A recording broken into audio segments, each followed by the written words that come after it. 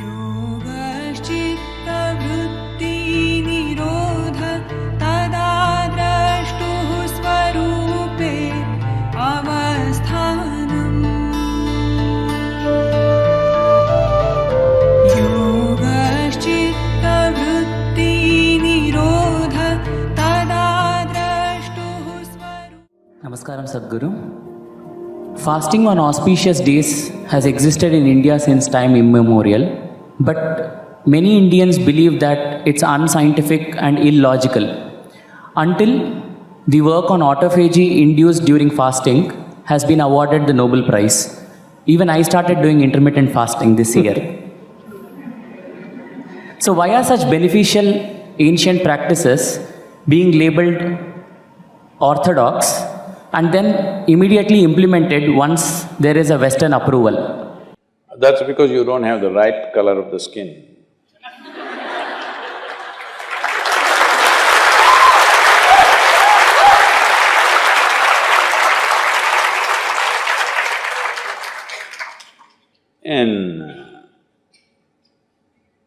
I've been talking about this for 40 years, all right? And I have seen hundreds and thousands of people who just become healthy and well simply because they're not fueling up all the time when the tank is filling. In the yoga center, everybody eats at 10 o'clock in the morning and at 7 o'clock in the evening. Our lives are very physically active. There are no automobiles inside the ashram, it's a large place. Everybody either walks or cycles. Even if you have to go to the dining hall, it's a kilometer. If you want to go to your workplace, it's half a kilometer, 1 kilometer, like this. All the time, people are physically active. So everybody is very hungry. By the time it's 3:30, 4 o'clock in the evening, they're extremely hungry. But we learn to live with that because hunger, empty stomach and hunger are two different things. Hunger means your energy levels start dropping. But empty stomach is a good thing. In the yogic sciences, today modern science also is coming in line with this. But what we know by our experience, you will spend $1 billion to come there. Because research is all about how many $1 million, that's how it is. Your body and your brain works at its best only when your stomach is empty. So we always make sure we eat in such a way, how much ever we eat, our stomach must be always empty within 2 to 2.5 hours' time maximum. So we go to bed hungry always. People think they cannot sleep. They can sleep. On an average, for 25 years on an average, I slept only 2.5 to 3 hours. These days I'm getting little lazy and sleeping anywhere between 3.5 to 4.5 hours in spite of the level of travel that I have. When I say level of travel, if I say my level of travel in the next few days, you will fall off your chair. Yes? Should I tell you? No, not necessarily Because in the next 10 days, I'm in 5 different countries doing I don't know how many events, all kinds of events. So, you're able to keep this up simply because you don't overeat.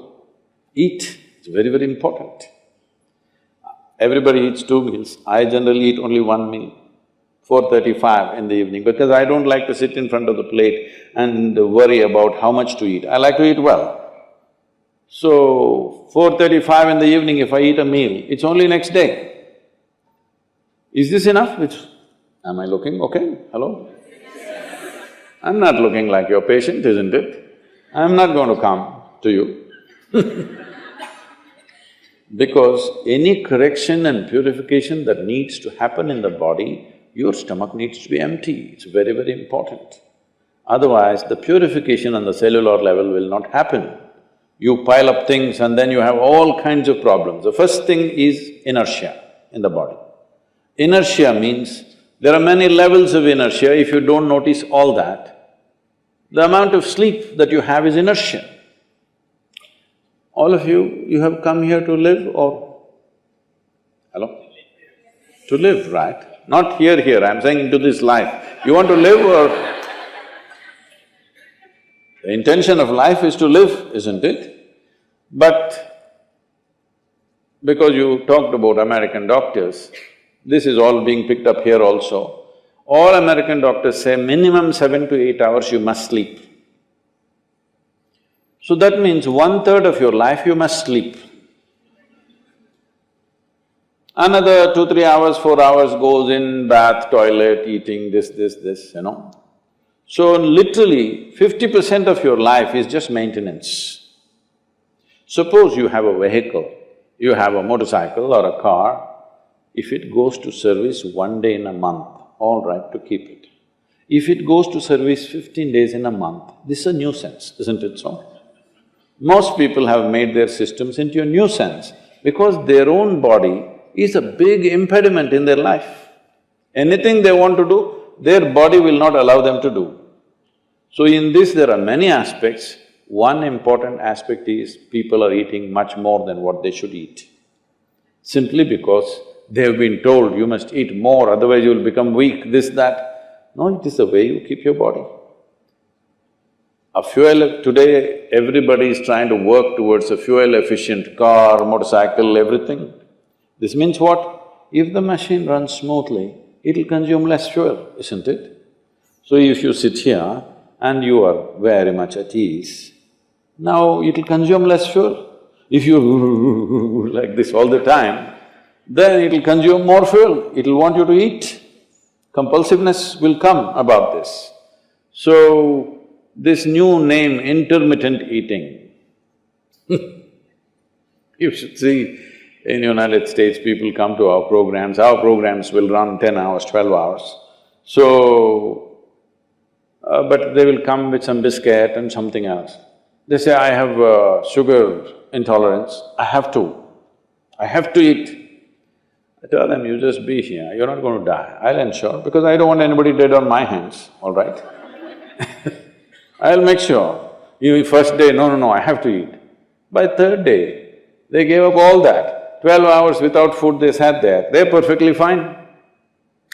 See, health is not something you can do from outside. Health is something you have to do from within. From outside, when something goes wrong, you can seek some help. But all the time something is wrong with you, this means what? You're a faulty machine. Yes, all the time something is wrong with you, why? That's not how this is designed. This is designed for health. Every cell in your body is designed to create health, isn't it? They're all working hard to create health, except you. So, minimum 8 hours gap is what is recommended in yoga. Between one meal and the next meal, there must be an 8-hour space.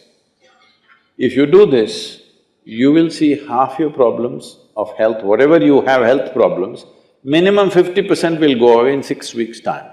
If you do certain other things which may right now seem little extreme to you, if you have a little yogic practice, something meditative within you, then you will see 90% of your problem will go off. 10% if it still persists, we can treat it.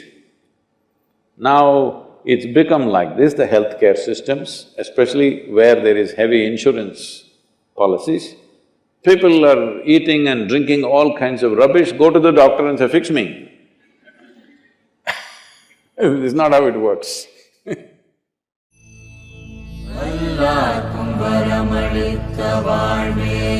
Sadhguruve